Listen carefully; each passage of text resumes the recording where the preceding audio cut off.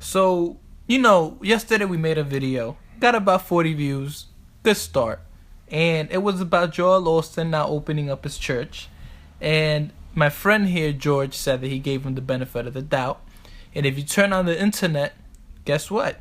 Joel Osteen all of a sudden opened up his church. And for what? What did he open up his church? Was it because of the grace of his heart?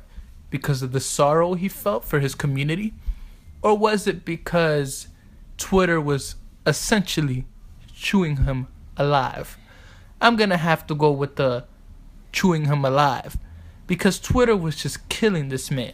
Now, what did this man say? This man said that, believe it or not, I was helping people. We, the Lakewood church community, were helping people. But it just so happens that people didn't notice that help until Joel Osteen was getting criticized.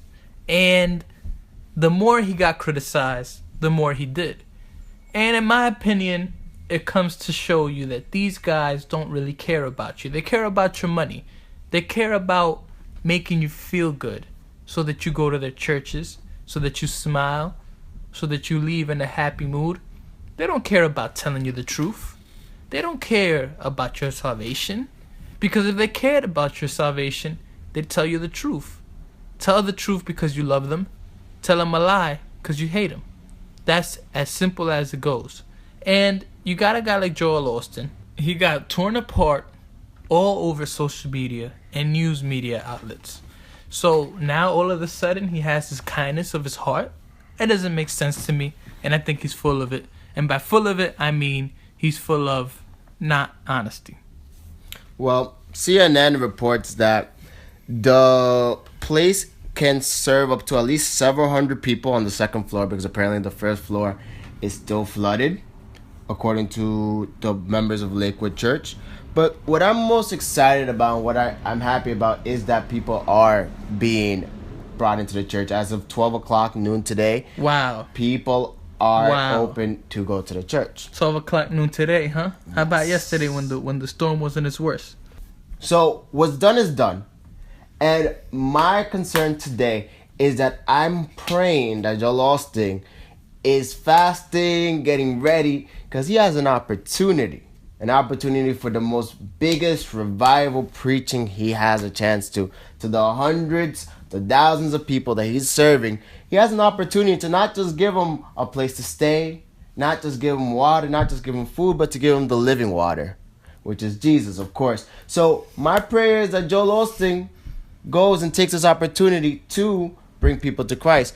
Because coming from the fact that me and Joel are stationed in New York City, and I remember what happened after the 9/11 travesty. Now, I never wished travesty on anybody, but I remember what people needed the most during that time, and that everyone was going to church. Let me get something straight. Go.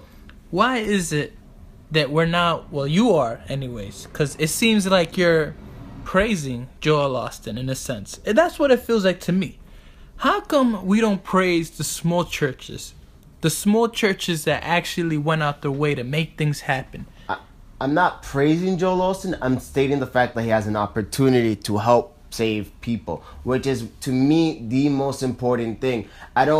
All the thing that matter to me is, how is the gospel getting to other people? And if Joel Osteen is the person to save other people, let it be Joel Osteen. If it's a small church, let it be a small church. But my point is, as long as there's an opportunity to save people, I am happy. Bro, your point makes no sense at this point.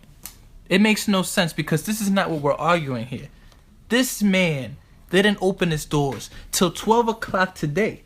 This man opened his doors because people pressured him to open the doors. But I don't think at this point we should be arguing about this. I think at this point what we should be hoping for is that people get saved. But where does his heart at? Where is his heart at? Is done. Regardless of what the situation was, what is done is done. We can't go back and be like, oh, Joel Osteen. Right now we have to focus on the lives that are getting saved in Lakewood Church. Not what's happened before, but what is happening now. How many passes are we going to give this guy? How many passes are we going to give this guy? He pulls things like this all the time.